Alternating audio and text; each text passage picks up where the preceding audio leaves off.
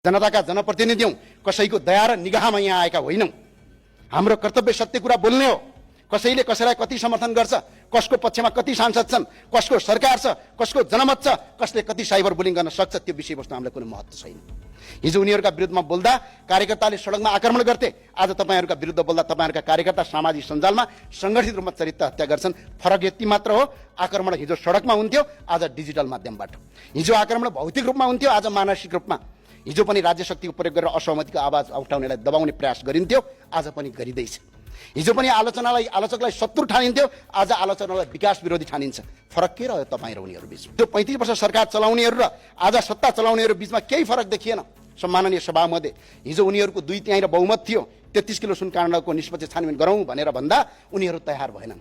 आज करछली र इबी गाडीको भन्सार दर रेटको चुहारको मुद्दामा निष्पक्ष छानबिन गरौँ भन्दा तपाईहरु तयार हुनुहुन्न। हिजो उनीहरूको सरकार थियो, अदालतमा दर्ता भएका मुद्दा आफै फिर्ता लिन्थे, आज तपाईहरुको सरकार छ, तपाईहरु अदालतको मुद्दा आफै फिर्ता लिनुहुन्छ। हामी सत्यको पक्षमा एक्लै भए पनि लडिरहन्छौँ, डटिरहन्छौँ। राष्ट्र र जनताको हितमा आवश्यक परे ज्यान बलिदान दिन तयार छौँ र भएका पनि हौँ, पछि हट्नेवाला छैनौँ। राज्यलाई अरबौं रुपैयाँ नोक्सानी पुर्याउनेहरूसँग साँठगाँठ गरेका छैनौँ। एनसेल प्रकरणमा राज्य ठगिदा सडकमा उत्रियौँ, कुटाई खायौँ, अदालतमा मुद्दा हाल्यौँ, फाइल बोकी गल्ली गल्ली तपाईको चार्यौँ, कार्यालय धायौँ, तर सुकिल्ला मुकिल्ला कपडा लगाएर 5 तारे होटलमा बसेर विज्ञ र विज्ञताको सर्टिफिकेट देखाउँदै राज्यलाई अरबौं रुपैयाँ करछली गराउनेहरूसँग डिनर गर्न गएका छैनौँ। सम्माननीय सभामुख महोदय, सत्तापक्षका सांसदहरूको अभिव्यक्ति मैले सुनेको छु। तपाईँ 5 सिटे, तपाईँ 1 सिटे, तपाईँ 2 सिटे भन्दै सार्वभौम संसदको अपमान गर्ने काम भइरहेको छ। याद रहोस्, यो संसदीय व्यवस्था हो, यो संसदीय व्यवस्था हो। यो संसदीय व्यवस्थामा एकजना सांसदको महत्त्व पनि त्यति नै हुन्छ, बाँकी जति 274 जना सांसद छन्। त्यो भए हुनाले संसद संख्याले चल्ने होइन, विधिले चल्ने हो, संसद नीतिले चल्ने हो। संसदको संख्या महत्त्वपूर्ण केवल सरकार बनाउन, सरकार टिकाइराख्न, सत्ताको गोटी बन्न मात्र काम लाग्छ। सत्तापक्षका सांसदले भन्नुभएछ, संसदमा चार्ट ल्याएर आऊ, प्रमाण ल्याएर आऊ। चार्ट र प्रमाण व्यक्तिले बोकेर ल्याउने चलन संसदमा छैन, यो संसदीय अभ्यासमा छैन। संसदमा चार्ट र प्रमाण बोकेर ल्याउनका लागि संसदीय छानबिन समिति आवश्यक हुन्छ, त्यो संसदीय छानबिन समितिले संसदमा ल्याउने हो।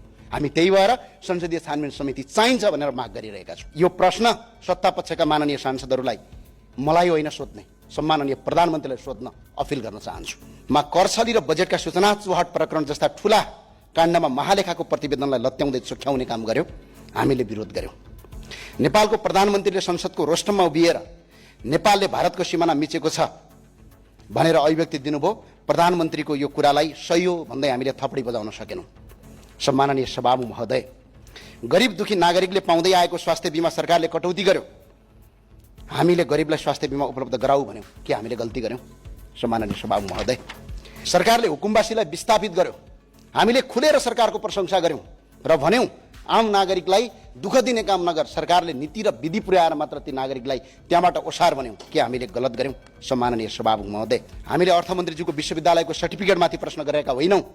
हामीले भन्सारका दर हेरफेर भयो कि भएन, बजेटको सूचना चुहाट भयो कि भएन, राज्यलाई राजस्व नोक्सानी पुर्याइयो कि पुर्याइएन भन्ने विषयमा प्रश्न उठाएका हौँ। हिजो राज्य सत्ताका